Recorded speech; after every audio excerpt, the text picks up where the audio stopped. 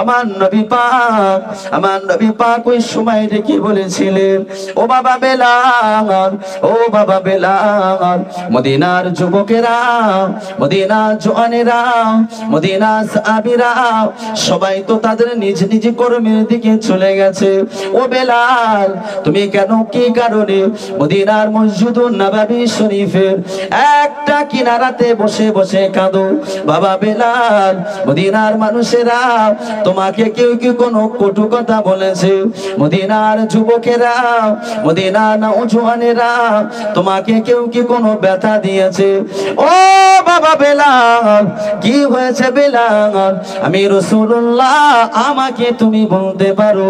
বাবা বেলাল কেঁদো না, বাবা বেলাল কেঁদো না, কেঁদো না, আমি রাসূলুল্লাহ, আমি যে তোমাকে বড়ই ভালোবাসি। জি, আবার শতকরা 90% মসজিদে ইমাম মুয়াজ্জিন আদায় কাজ করলা না। জি, ইমাম মুয়াজ্জিনকে দেখতে পারে না, মুয়াজ্জিন ইমামকে দেখতে পারে না, পারে? কিন্তু আমার নবী ইমাম ছিলেন আর বেলাল মুয়াজ্জিন ছিলেন। কত ভালোবাসা দেখেন। আমার নবী পাকে সাহাবা হাবশি বেলাল আমার নবীর কাছে উঠে দাঁড়ালেন, চোখ ভরা পানি, বুক ভরা ব্যথা নিয়ে উঠে দাঁড়ালেন। ইয়া রাসূলুল্লাহ, হাবিব আল্লাহ, আমি বেলাল, আমার কান্নার ভিতরে একটা কারণ আছে। বেলাল, কি কারণ? ইয়া রাসূলুল্লাহ, হাবিব আল্লাহ, আমি বেলাল, আমি বেলাল, আমার এই সুন্দর আকৃতি চেহারাটাকে আমি বেলাল, আমি নিজেই কি বানিয়েছি? আল্লাহ নবী বললেন, বেলাল, এটা কি করে হয়? আল্লাযী খালাকাকা ফাসাওয়াকা ফাআদালাক ফি আইয়ি সূরাতিন মা শাআ রাক্কাবা। আল্লাহ তো বান্দার নিজ সূরাত, আল্লাহ নিজের কুদরতি হাত দ্বারা বান্দার সুন্দর চেহারা আকৃতি দান করেছে। এটা কি করে হয়?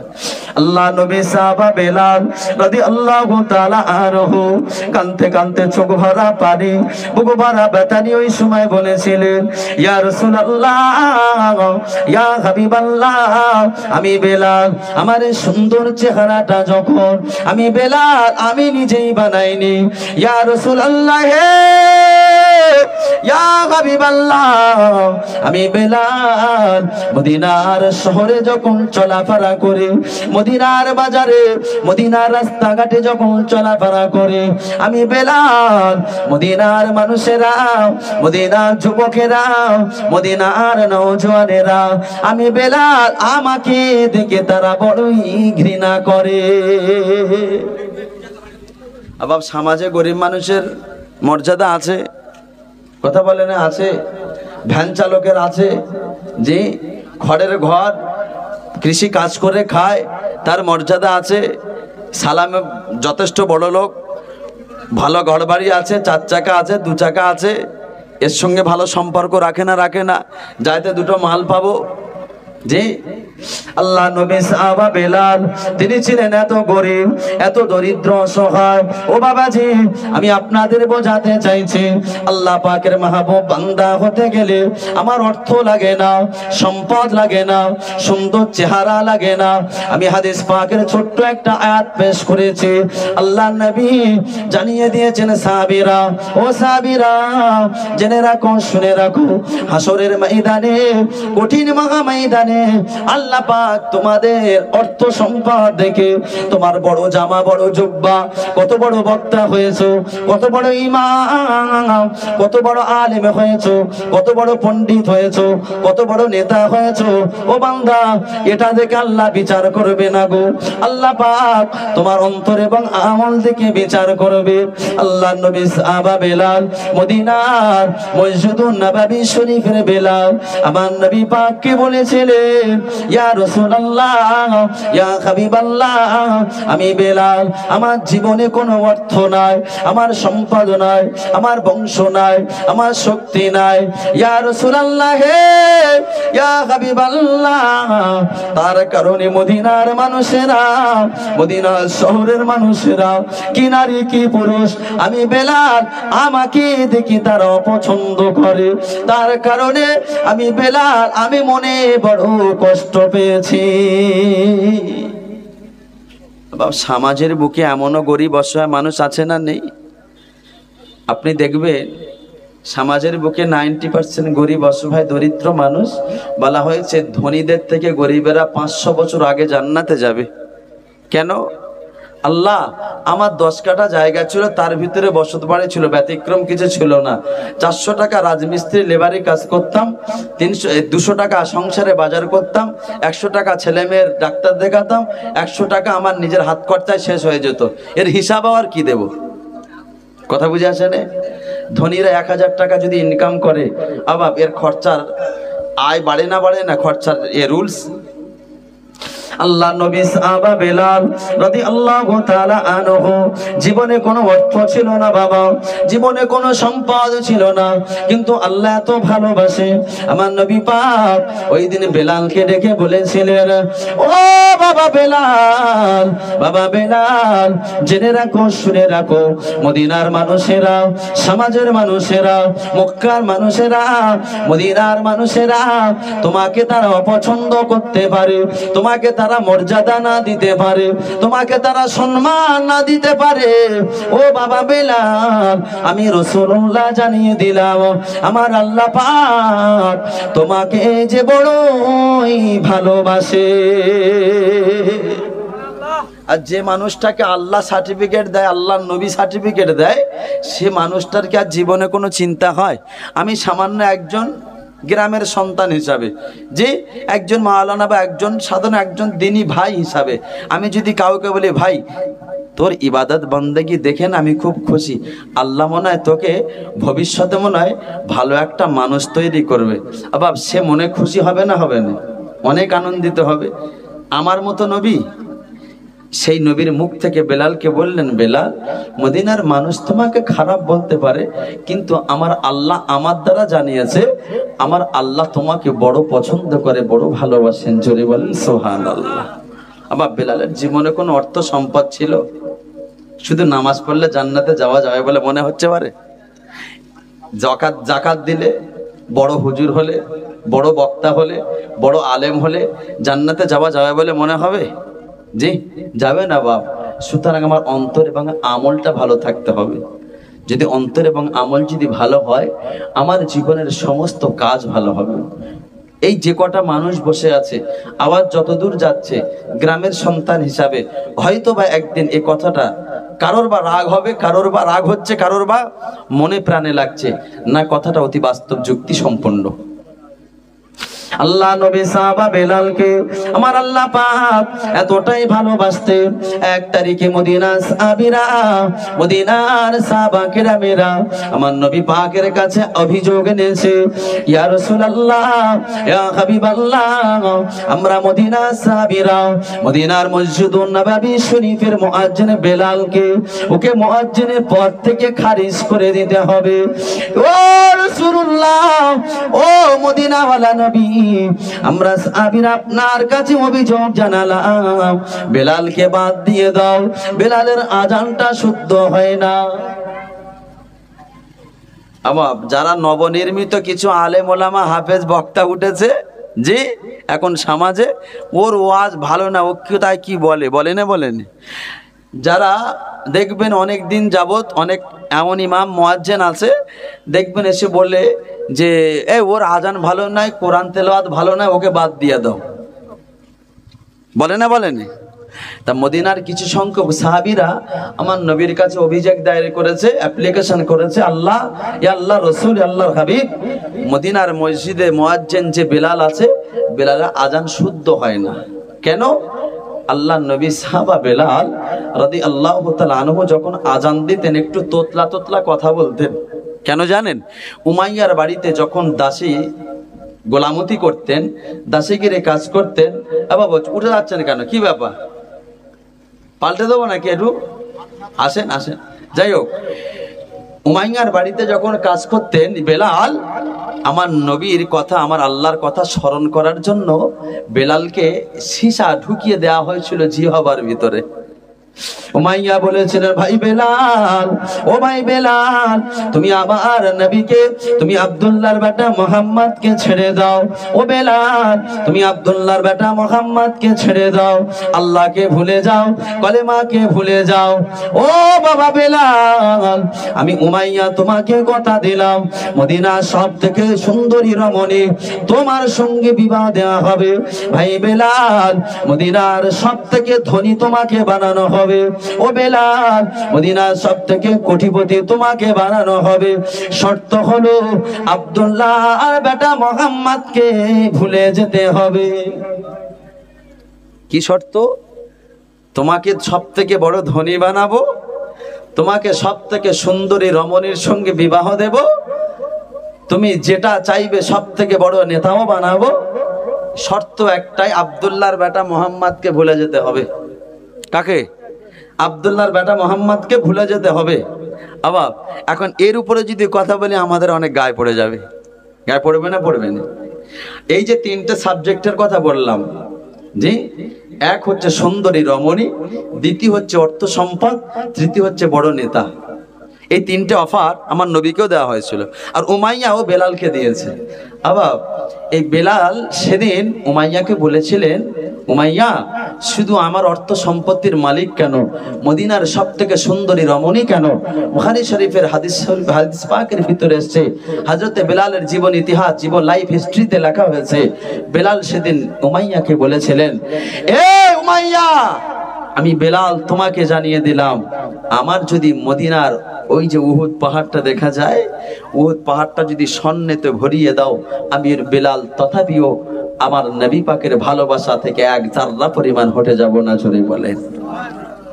আমরা তো একটা ত্রিপলে আসা সব ভুলে গেছি, একটা ত্রিপলে আসা সব ভুলে গেছি। কথা ভুল বলেছি বল? হ্যাঁ, অনেক মানুষের রাগ হবে। আবার এটা আমাদের নৈতিক দায়িত্ব, উদাহরণ দিতে গিয়ে বলতে হয়। আচ্ছা বলেন, আপনাকে 10,000 টাকা দেব, আমার মতো হুজুরের 10,000 টাকা দিলে জলসা মিস্টেক করি না করিনি? তো মালে শেষ হয়ে গেছে। আমার মতো হুজুরের 10,000 টাকা দিলে গাড়ি ঘুরিয়ে নিয়ে চলে যাব। আমার মতো হুজুরের 1 লক্ষ টাকা দিলে আমি ইহুদিও হয়ে যেতে পারি। আমি আপনাদের কি বলবো? এমনও সমাজে অনেক হুজুর, এমনও সমাজে অনেক আলেম, এমনও সমাজে অনেক নেতা, এমনও সমাজে অনেক শ্রোতাও দেখতে পাওয়া যায়। টাকার বিনিময়ে, মালের বিনিময়ে, সুন্দরী রমণীর বিনিময়ে শেষ হয়ে গেল তাদের জীবনটা। জি, কিন্তু একবারও ভেবে দেখলো না সেই বেলালের জীবন ইতিহাসটা। কথা ভুল বলছি? আল্লাহ নবী সাহাবা বেলাল উমাইয়াকে বলেছিলেন, এ বেঈমান, এ কুফার উমাইয়া, এ বেঈমান উমাইয়া, আমি বেলাল তোমাকে জানিয়ে দিলাম, আমি বেলাল তোমাকে ঘোষণা দিয়ে দিলাম, আমার মদিনার সব থেকে সুন্দর রমণী আমার জন্য যদি বিবাহের পাত্রী হিসাবে ঘোষণা দাও, উমাইয়া, আমি বেলাল আমাকে সব থেকে বড় অর্থ সম্পদশালী বানিয়ে দাও, আমি বেলাল আমাকে সব থেকে বড় নেতা যদি বানিয়ে দাও, আমি মুহাম্মদকে ছেড়ে দেবে। কথা বলো না। এ বেঈমান উমাইয়া, আমি বেলাল জানিয়ে দিলাম, আমি বেলাল তোমাকে ঘোষণা দিয়ে দিলাম, খবরদার, খবরদার, আমি বেলাল আমার জীবনে যদি আসমান পরিমাণ অর্থ সম্পত্তির মালিক বানিয়ে দাও, আমি বেলাল তথাপিও আমার নবীর ভালোবাসা থেকে এক জাররা পরিমাণ চলে যাব না। আমাদের ইমান দেখেন, আমাদের ইমানটা এবার মাপেন পাল্লায়, আমাদের ইমানের কন্ডিশনটা পাল্লা একটু মাপেন, আর হাবশি বেলালের ইমানের কন্ডিশনটা মাপেন। তো উমাইয়া রাগ ভরে সহ্য করতে পারেনি, এত ওয়াফাত দিয়ে ও বেলাল এই কথা সীসা পুড়িয়েছে, জিহাবাতে দিয়েছে। আল্লাহর নবী সাহাবা বেলাল সেদিন থেকে আলজিব আলজিব আলা আলা কথা বলতেন। আশহাদু আল্লাহ ইলাহা ইল্লাল্লাহ যখন বলতেন, আশহাদু বলতেন, পরিপূর্ণ আশহাদু বলতে পারতেন না। জি, তাই এই অভিযোগটা আমার নবীর কাছে দায়ের করেছে, ইয়া রাসূলুল্লাহ, হাবিবাল্লাহ, আপনি যে মদিনার মসজিদুন নববীর মুয়াজ্জিন রেখেছেন বেলাল, এই বেলাল যা বলে আজান দেয়, আজানে ভুল আছে। আল্লাহ নবী সাহাবা বেলালকে আমার নবী পাক ডাকলেন। এশার নামাজ কানা আদায় হয়ে গেল। এশার নামাজ আদায় হয়ে যাওয়ার পরে মদিনার সাহাবীরা, মদিনার জওয়ানেরা, মদিনার যুবকেরা আমার নবী পাকের কাছে যে অ্যাপ্লিকেশনটা দায়ের করেছে, আল্লাহ নবী বেলালকে ডাকলেন, ও বাবা বেলাল, আমি রাসূলুল্লাহ, আমি তোমার সাথে কিছু কথা বলবো বেলাল, মনে যেন দুঃখ পাবে না, মনে কষ্ট পাবে না। ও বাবা বেলাল, এশার নামাজটা আদায় করবে, সুন্নাত গুলো পড়বে, নফল নামাজটা আদায় করবে, বেতেরের নামাজটা আদায় করবে। বাবা বেলাল, আগামীকাল ফজর থেকে তোমাকে আর মদিনার মসজিদুন নববী শরীফে আর আজান দিতে হবে না। আল্লাহ নবী সাহাবা বেলালকে যখন বললেন, বেলাল ডুকরে কেঁদে উঠলেন, ইয়া রাসূলুল্লাহ, কেন? আমি বেলাল কোনো অন্যায় করেছি? ও বাবা বেলাল, বাবা বেলাল, তুমি কোনো অন্যায় করোনি, তুমি কোনো দোষ করোনি, তুমি কোনো খারাপ কাজ করোনি। বাবা বেলাল, মদিনার এক শ্রেণী সাহাবা, মদিনার এক শ্রেণী সাহাবা কেরামেরা তারা আমার কাছে অ্যাপ্লিকেশন করেছে, তারা আমার কাছে অভিযোগ দায়ের করেছে, ইয়া রাসূলুল্লাহ, ইয়া হাবিবাল্লাহ, হাবশী বেলালের আজান শুদ্ধ নয়। ও বেলাল, মদিনা সাহাবীদের অভিযোগের ভিত্তিতে আমি তোমাকে আজকে মদিনার মসজিদ থেকে তোমাকে বরখাস্ত করলাম। আল্লাহর নবী সাহাবা বেলাল এই কথাটাকে সাদরে গ্রহণ করলেন না। না, আমার নবী যে সিদ্ধান্ত নিয়েছে, এই সিদ্ধান্তটা আমি বেলাল আমাকে মেনে নিতে হবে। এখন সাধারণ যদি কোনো ইমাম, কোনো মুয়াজ্জিনকে যদি বাদ দেওয়া হয়, নাই অন্য জায়গায় গিয়ে সে মসজিদ করবে, আর নাই গিয়ে অন্য জায়গায় আবার ঘাবলা কেস করবে। কথা ভুল বলছি? আমাকে বাদ দিল কেন? কথা ভুল বলেছি বাপ? আমি এত অশুদ্ধ, 70 বছর ইমামতি করছি, 80 বছর মুয়াজ্জিনি করছি, 40 বছর মুয়াজ্জিনি করছি, আমাকে যখন এক শ্রেণীর আলেমেরা ভুল বলেছে, নিশ্চয় আমাকে তো মেনে নেওয়া দরকার। আমার নবী তো সেদিন বেলালকে বলেছিলেন, বেলাল, তুমি যদি সত্য হয়ে থাকো, তুমি যদি সৎ পথের পথিক বেনে থাকো, আমার আল্লাহ সাহাবীদের তুলনায় আল্লাহ ভালো বড় বিচারক, আল্লাহ তোমার জন্য বিচার করে রেখে দেবে। আমরা বিচার তো নেতাদের কাছে দিই, ইমাম কি বিচার করবে, হুজুররা কি বিচার করবে, ওদের থেকে বড় বিচার আমি করব। আল্লাহর নবী সাহাবা বেলাল মদিনা সাহাবীদের অভিযোগের ভিত্তিতে নবীর দেওয়া সিদ্ধান্ত মেনে নিয়ে বেলাল চলে গেলেন, কাঁদতে কাঁদতে চলে গেলেন। আমার নবী অন্য একজন সাহাবীকে কি করলেন, মদিনার মুয়াজ্জিন নিযুক্ত করলেন। আমি হলে কি করতাম, গ্রামে আগুন জ্বেলে দিতাম। 40 বছর মুয়াজ্জিনি করছি, তুই আজকে আমার বাদ দিছিস মানে তোর খবর খারাপ। কথা ভুল বলছি? জি।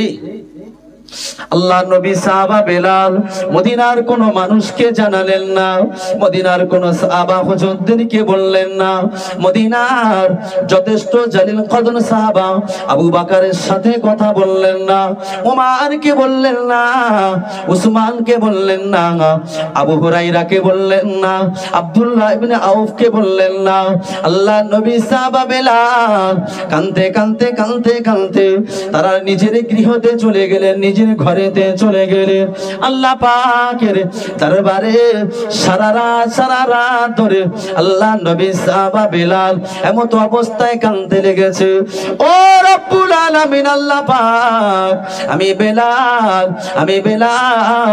আমার আজকে অর্থ নাই, আমার আজকে সম্পদ নাই, আল্লাহ পাক, আমি বেলাল বড় অসহায়, আমি আল্লাহ পাক, আমি বেলাল বড় দরিদ্র, আমি বেলাল বড় গরিব। আল্লাহ আল্লাহ পাক আমি গরিব অসহায় দরিদ্র অসহায় বেলাল বলে মদিনা সাহাবীরা মদিনা সাহাবা কেরামেরা তারা বড় লোক বলে আল্লাহ পাক তারা আমার নবীর কাছে অভিযোগ করেছে, ও রব্বুল আলামিন আল্লাহ পাক আমি বেলাল জনতার আদালতে আমি বিচার দিলাম না, আল্লাহ পাক আমি বেলাল এই বিচারটা আজকে রাতের বেলা আমি বেলাল তোমার কাছে দিয়ে দিলাম।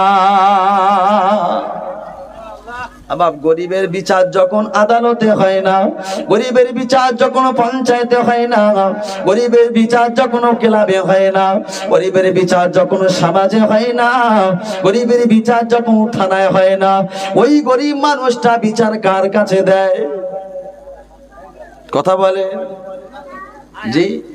আবার তামাম পৃথিবীতে যত নেতা রয়েছে, যত বিচারক রয়েছে, যত জজ রয়েছে, সবার উপরে তো জজ হলো আমার আল্লাহ। বললেন আহকামুল হাকিমিন, আমি আল্লাহ বিচারকদের বিচারক।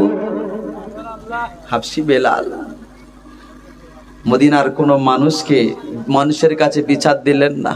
আল্লাহ আমি বেলাল, আমি গরিব, আমি অসহায়, আমার লাঠি নেই, শক্তি নেই, সম্পদ নেই, বংশ নেই, এই হাবশি দেশ থেকে এসেছি আমার নবীর মহব্বতে। কাকে বলছেন?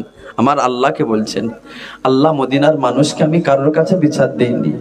আল্লাহ আমি বেলাল, আমি আপনার কাছে বিচারটা দিলাম। এই বিচারটা আমি বেলাল যদি সত্যিকারে আমার নবীকে ভালোবেসে থাকি, আমার নবীর ভালোবাসার খাতিরে যদি মদিনার মসজিদকে যদি করে থাকি, আল্লাহ এই বিচারটা তুমি করো। কার কাছে বিচার দিয়েছে? আল্লাহর কাছে। আল্লাহ নবী সাহাবা বেলাল সারা রাত ধরে তাহাজ্জুদের নামাজটা আদায় করলেন। আল্লাহ পাকের দরবারে দুটি করে হাত তুলে রোনা জারি করলেন। এমতো অবস্থায় ফজরের সময় হয়ে গেল।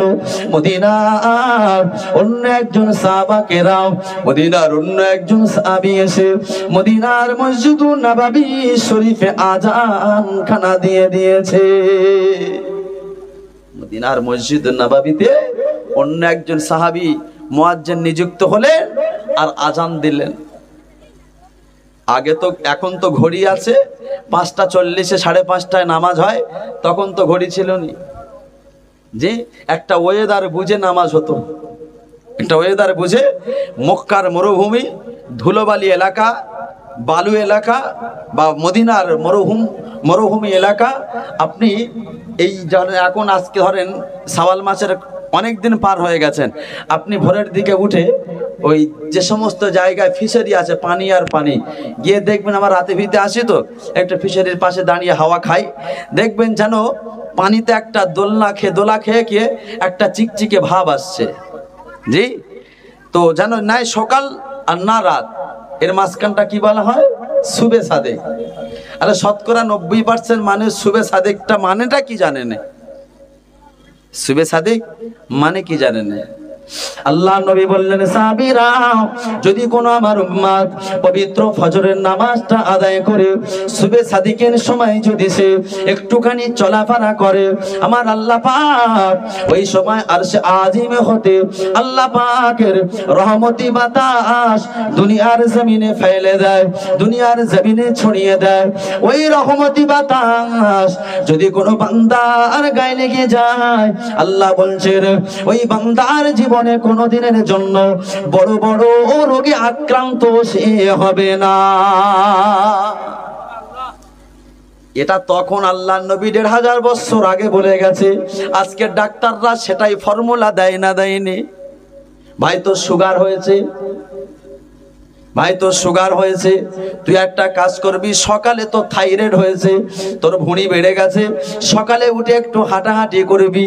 এর কারণটা হলো আল্লাহ পাকের রহমতি বাতাস সুবে সাদিকের সময় বইতে থাকে। ওই রহমতি বাতাস যদি কারোর গায়ে লেগে যায়, আল্লাহ পাক বলছেন ওই বান্দার জীবনের সব থেকে বড় বড় রোগ থেকে সে নিরাপদ পেয়ে যাবে। আজকের বিজ্ঞানীরা সেটাই গবেষণা করে পেয়ে গেছে। না, ওই বাতাসটা হলো, ওই সুবে সাদিকের বাতাসটা হলো সব থেকে মনোরম বাতাস। যে সময়টা সূর্য উঠবো ভাব হয়, আজ থেকে 1500 বছর আগে আমার নবী বলে গেল, বিশ্বাস হলো নি। কিন্তু আজকের বিজ্ঞান তথা ডাক্তার বলছে না, বিশ্বাস করে হাঁটে মানুষ। চাকরিজীবী মানুষ যারা হয়, কলকাতার মানুষ, আবার যারা গ্রামগঞ্জে যারা চলাফেরা করে, গ্রামগঞ্জে যারা খেটে খাওয়া মানুষ, কৃষি মানুষ, এদের চোখ হঠাৎ করে খারাপ হয়? হ্যাঁ, কেন বলেন তো? তারা সদা সদা মাটির একটা কানেকশন পাচ্ছে। এরা গ্রামে বসবাস করে, এই ওপেন গাছ থেকে একটা অক্সিজেন তথা কার্বন ডাই অক্সাইড গ্রহণ করছে। এই যে গাছ আছে, গাছ থেকে আমরা অক্সিজেন গ্রহণ করি, আর আমাদের যে আবর্জনা কার্বন ডাই অক্সাইড খারাপ সেটা আমরা ছুড়ে দিই, ওরা সেটা গ্রহণ করে নেয়। জি, কিন্তু যখন মানুষ ঘুমায়, সমস্ত মানুষ যখন ঘুমায়, আর ওই শুবে সাদিকের সময় এই বট গাছটা বা এই গাছগুলো দেখবেন হালকা হালকা একটু নাড়ে, ওদের কার্বন ডাই অক্সাইড নেওয়ার, অধিকাংশ মানুষ তো ঘরে ঘুমায়, কিন্তু কার্বন ডাই অক্সাইড ওরা অতটা গ্রহণ করতে পারে না। সুতরাং ওদের থেকে যে অক্সিজেন আমরা পাই, সেই অক্সিজেনটা সব থেকে গুরুত্বপূর্ণ অক্সিজেন, ভালো জিনিস ওটা। সেই জন্য ওই অক্সিজেনটা যদি আমি আপনি পেয়ে যাই, আমার শরীরের ভিতরে ভালো জিনিস যাবে। আপনি 10টায় ঘুম থেকে উঠলেন, তার আগে তো সবাই উঠে গেছে, উঠে যায়নি? আল্লাহ নবী সাহাবা বেলাল রাদিয়াল্লাহু তাআলা আনহু এমন সময় নামাজটা আদায় করে, ফজরের নামাজটা, ফজরে আজান যখন হয়ে যায়, মদিনার বেলাল, হাবশি বেলাল, আল্লাহ নবী সাহাবীরা সকলে মিলে কিনা মদিনার মসজিদুন নববী শরীফে বসে আছে। আল্লাহ নবী, আল্লাহ রাসূল, আল্লাহর হাবিব মদিনার মসজিদুন নববীর মিম্বরে বসে আছে। কখন সুবে সাদিক হবে আর আমরা মদিনার মসজিদুন নববীতে আমার নবী পাকের ইমামতিতে আমরা নামাজটা আদায় করে নেব। জি, তখন তো ঘড়ি ছিল না, একটু সুবে সাদিক ভাব আসবে, নামাজ আদায় হতো ওয়েদার বুঝে। জি, এখন যেমন ঘড়ি হয়েছে, আল্লাহর নবী বসে আছেন, সাহাবীরা দলে দলে এসে মদিনার মসজিদের নববীতেও সকলে বসে আছেন। সুবে সাদিক আর হচ্ছে না, সুবে সাদিক আর হচ্ছে না। আল্লাহ নবী, আল্লাহ রাসূল দীর্ঘক্ষণ যখন সময় অতিবাহিত হয়ে যায়, আল্লাহ নবী এমন একটা সময় চিন্তিত হয়ে পড়লেন। আল্লাহ নবী, আল্লাহ রাসূল মদিনার মসজিদুন নববী মেম্বরের নিকটবর্তী স্থানে বসে আছেন। এমন সময় আল্লাহ পাক জিবরিল আমিন আলাইহিস সালাতু ওয়াস সালামকে পাঠিয়ে দিলেন। আল্লাহ নবী দেখে অবাক হয়ে গেলেন। ক্বালা ইয়া আখি জিবরাইল, ও ভাই জিবরাইল, তুমি কেন এই সময় এসেছো বলো? কোনদিন তো এই সময় আসো না। ও ভাই জিবরাইল, কি ব্যাপার, কি বৃত্তান্ত, এই সময় তুমি আমার কাছে এসেছো? ভাই জিবরাইল, কি কারণে এসেছো? আল্লাহ নবী, আল্লাহ রাসূল যখন এই কথা বললেন, আল্লাহর মালাইকা জিবরাইল আমার নবী পাককে বলেছিলেন, ইয়া রাসূলুল্লাহ, ইয়া হাবিবাল্লাহ, আমি জিবরাইল, আমি কি আপনাকে একটা কথা বলতে পারি? আল্লাহর নবী ওই সময় বলেছিলেন, ও ভাই জিবরাইল, নিশ্চয় তুমি একটা কথা বলতে পারো। আল্লাহর মালাইকা বলেছিলেন, ইয়া রাসূলুল্লাহ, ইয়া হাবিবাল্লাহ, আজকে কি মদিনার মসজিদুন নববী শরীফে কি আজান হয় না? আবার মদিনার মসজিদে আজান হয়ে গেছে তো। জি, অন্য মুয়াজ্জিন নিযুক্ত হয়ে জিবরাইল এসে কি বার্তা দিচ্ছেন, কি মেসেজ দিচ্ছেন? ইয়া রাসূলুল্লাহ, আজকে কি মদিনার মসজিদে নববীতে আজান হয়নি? আল্লাহর নবী শুনে অবাক। জিবরাইল, এটা কি বলছো তুমি? মদিনার মসজিদে তো আজান হয়েই গিয়েছে। বুখারী শরীফের একটা অধ্যায় রয়েছে, বুখারী শরীফের ভিতরে এসছে, সাধারণত ফেরেশতাদের দুটো শিফটি হয়। এই কাজের যেমন শিফটি হয়, এ শিফটি, বি শিফটি, সি শিফটি হয়, ফেরেশতাদের দুটো শিফটি হয়। জি, যারা রাতের ফেরেশতা, রাতে ডিউটি করে, এরা সাধারণত ফজরের আগে আগে চলে যায়। রাতে যারা ডিউটি করে ফজরের আগে আগে চলে যায়। আবার যারা দিনেতে ডিউটি আসে, তারা ফজরের আগে আগে, আজানের আগে আগে, আউয়াল ওয়াক্তের আগে আগে দুনিয়াতে চলে আসে। ফেরেশতাদের ডিউটি, ফেরেশতাদের দুটো শিফটি হয়। আল্লাহর মালায়েকা জিবরাইল আমিন আলাইহিস সালাতু ওয়াস সালাম আমার নবী পাককে বলেছিলেন, ইয়া রাসূলুল্লাহ, ওগো হাবিবে প্যারা, আমি জিবরাইল জানিয়ে দিলাম আজকে যদি মদিনার মসজিদুন নববী শরীফে যদি আযান হয়ে যাবে, আজকে যদি মদিনার মসজিদুন নববীতে যদি আযান হয়, আমি জিবরাইল কথা দিলাম আজকে তো না আল্লাহ পাকের আরশে আজিমে প্রত্যেক দিন তো আযান পৌঁছায়। ইয়া রাসূলুল্লাহ, হাবিবাল্লাহ, আজকে না আল্লাহ পাকের আরশে আজিমে, আল্লাহর আরশে আজিমে মদিনার মসজিদ থেকে আযান পৌঁছায় না। ইয়া রাসূলুল্লাহ, হাবিবাল্লাহ, রাতে যারা ডিউটি করে ফেরেশতারা, তারা সবাই ওয়েটিং রুমে ওয়েটিং এ রয়েছে। কারা? ফেরেশতারা ওয়েটিং এ রয়েছে। আর দিনে যারা ডিউটি করবে তারাও আসার জন্য ওয়েটিং এ রয়েছে। আল্লাহর কাছে ফেরেশতারা অভিযোগ করেছে, আল্লাহ, আজকে কি আর আরশে আজিমে আজান পৌঁছাবে না? আর আমরা কি ডিউটি থেকে আমরা কি রেস্ট নেব না? আল্লাহর নবী আল্লাহ রাসূল বললেন, জিবরাইল, মদিনার মসজিদুন নববীতে আজান হয়ে গিয়েছে। জিবরাইল আমিন আলাইহিস সালাতু ওয়াস সালাম আল্লাহর কাছে চলে গেলেন। ওগো রব্বি আল্লাহ, ও রব্বুল আলামিন, আল্লাহ পাক আপনার নবী ঘোষণা দিয়েছে, আপনার নবী বলে দিয়েছে, মদিনার মসজিদুন নববী শরীফে, মদিনার মসজিদুন নববীতে তো আযান হয়ে গিয়েছে। আমার আল্লাহ বললেন, জিবরাইল, ও জিবরাইল, মদিনার মসজিদে যদি আযান হবে, আমি আল্লাহ পাক আমার আরশে আজিমে প্রত্যেক দিনের ন্যায় আজকে কেন আযানের ধ্বনি পৌঁছালো না? জিবরাইল আবার ফিরে এলেন, ইয়া রাসূলুল্লাহ, হাবিবাল্লাহ, কারণটা কি একটু বলবেন? ইয়া রাসূলুল্লাহ, যিনি আযান দিতেন মদিনার মসজিদের নববীতে, ইয়া রাসূলুল্লাহ, তিনি ব্যতীত কি অন্য কেউ আযান দিয়েছে? আল্লাহ নবী জিবরাইলকে বললেন, ক্বালা ইয়া আখি জিবরাইল, ও ভাই জিবরাইল, আমি আল্লাহর রাসূলুল্লাহ জানিয়ে দিলাম মদিনার এক শ্রেণীর সাহাবা কেরামেরা আমার হাবশী বিলালের বিরুদ্ধে অভিযোগ এনেছে। সেই অভিযোগের ভিত্তিতে আমার বেলালকে অবসর দিয়েছি, বরখাস্ত করেছি। আল্লাহর মালায়েকা জিবরাইল এই কথাটা শুনে আল্লাহ পাকের কাছে চলে গেলেন। ও রব্বুল আলামিন, আল্লাহ পাক মদিনার মসজিদ নববী শরীফে হাবশী বেলালের বিরুদ্ধে এক শ্রেণীর সাহাবীরা অভিযোগ এনেছে। আল্লাহ পাক বেলালকে তো মদিনার মুয়াজ্জিন থেকে তারা বরখাস্ত করে দিয়েছে। আল্লাহ পাক বেলালকে আজকে আযান দিতে দেওয়া হয়নি। বেলালের জায়গায় অন্য একজন সাহাবা আযান দিয়েছে, অন্য একজন মুয়াজ্জিন নিযুক্ত হয়ে গিয়েছে। আল্লাহ পাক ওই সময় জিবরিলকে বলেছিলেন, ও জিবরাইল, আমার নবীকে গিয়ে বলবে আমি আল্লাহ পাক জানিয়ে দিলাম আজ থেকে না যদি মদিনার মসজিদুন নববী শরীফে হাবশী বেলাল যদি আযান না দেয়, আমি আল্লাহ পাক জানিয়ে দিলাম মদিনার আকাশে, মদিনার আসমানে আমি আল্লাহ পাক জানিয়ে দিলাম আজ থেকে আর সূর্য উদয় হবে না।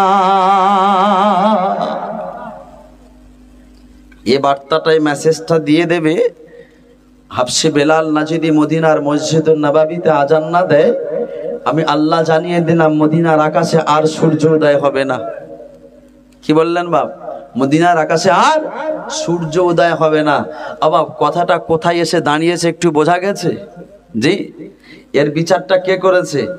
বেলাল বিচার দিয়েছিল আল্লাহ, জনতার আদালতে বিচার হয়নি, আমার জীবনের কোন জায়গায় মক্কার মানুষের কাছে বিচার হয়নি, আমি গরিব অসহায় দরিদ্র বলে জনতার আদালতে না বিচার দিয়ে আল্লাহ আমি তোমার আদালতে বিচার দিলাম, বিচারটা সঠিক করো।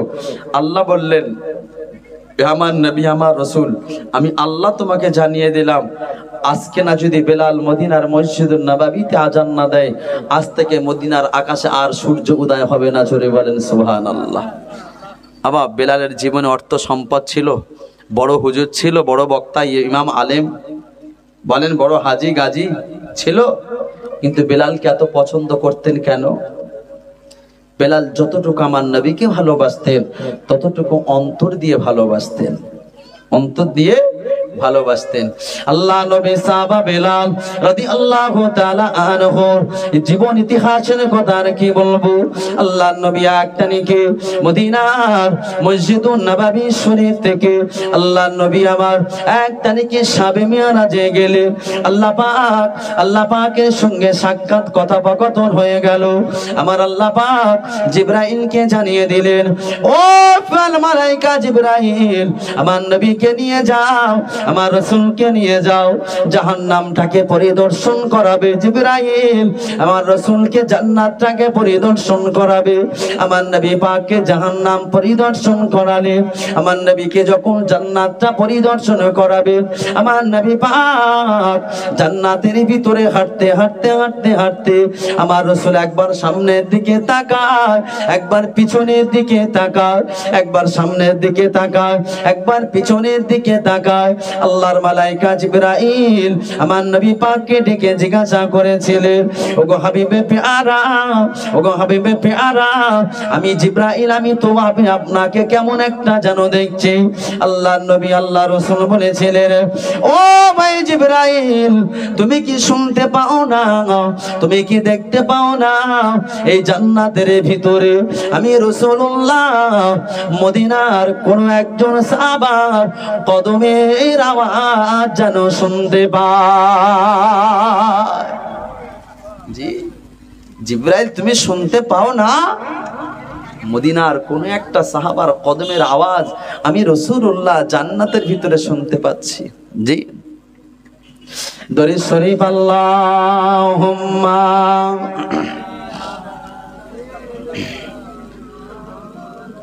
ওয়ালা আলি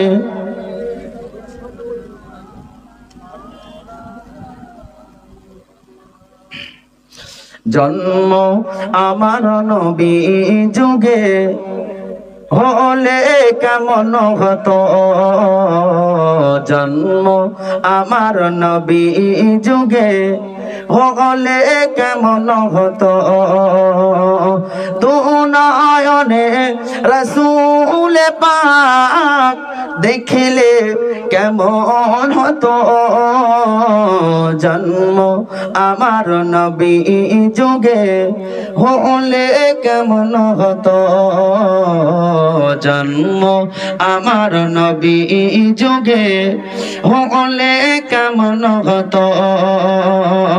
আজ তো বেশে হাজরাতে বেলালের মধুর আজান, জোরে বলা যাবে না, আওয়াজ দিয়ে বলা যাবে না। অবাক, এ কি আমাদের মসজিদের মুয়াজ্জিন আজান দিচ্ছে? গাল থেকে গেঁজা উঠে গেলে তবু কারো ঘুম ভাঙেনি। মদিনার মসজিদের নববী শরীফের মুয়াজ্জিন বেলাল যখন আজান দিতে, মদিনার অলিতে গলিতে, মদিনার শহরের অলিতে গলিতে আজান পৌঁছে দিত, সেই বেলালের আজান। আজ তো ভেসে হাজরাতে বেলালের মধুর আজান, যে আজানে ছিল এমন প্রেম মুগ্ধ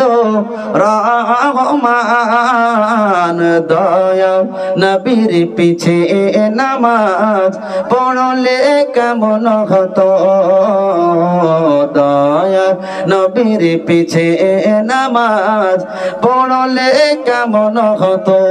জোরে বলেন। আবার আমাদের জীবনে এরম ইচ্ছা হতো না, হতো নি? আমার রাসূল যদি ইমাম হয়ে যেত আর আমরা যদি মুক্তাদি বেনে যেতাম, জি, আর আমাদের ঘরের আমাদের মতো ইমামদের পিছনে নামাজ এই ইক্তেদা করলে না, এই মুয়াজ্জিনে এই কি বলে মুক্তাদি বানতে গেলে আর তাদের পিছনে নামাজ পড়লে যেন নামাজ ছেড়ে দিয়ে আর পড়বো নি। সূরা ফাতিহায় তো 63টা ভুল। কটা ভুল বললো? এমন অনেক ইমাম আছে, হাত ধরে দলিল দিয়ে আমি বুঝিয়ে দেবো। সূরা ফাতিহায় 63টা ভুল। এদের নামাজে কি আসর হবে, মুক্তাদি কি আসবে? জি, আমার বন্ধুবার এসছেন বসে আমিনিয়া মাদ্রাসার আমার সাথে, জি বন্ধুবর, ইনি একাধারে ওই যে ত্রিমণি যে মসজিদ রয়েছে একাধারে প্রায় কম বেশি প্রায় 20 বছর মতো ইমামতি করেছে। আমরা যখন ছাত্র জীবনে আমারও একটা ওয়াক্ত নামাজের দায়িত্ব ছিল। যখন আমরা ছাত্র জীবনে যেতাম নামাজ পড়াতে বা পড়তে, আমাদের যেন আরো আগ্রহী হতাম, পাঁচিল ডিঙিয়ে যাই আরো একবার নামাজ পড়তে। ইমাম তো যদি হয় এরকমই হওয়া দরকার। একটি ইমামের যদি সূরা ফাতিহা 63টা ভুল হয় তা তার নামাজ হবে কি করে, আমার নামাজ হবে কি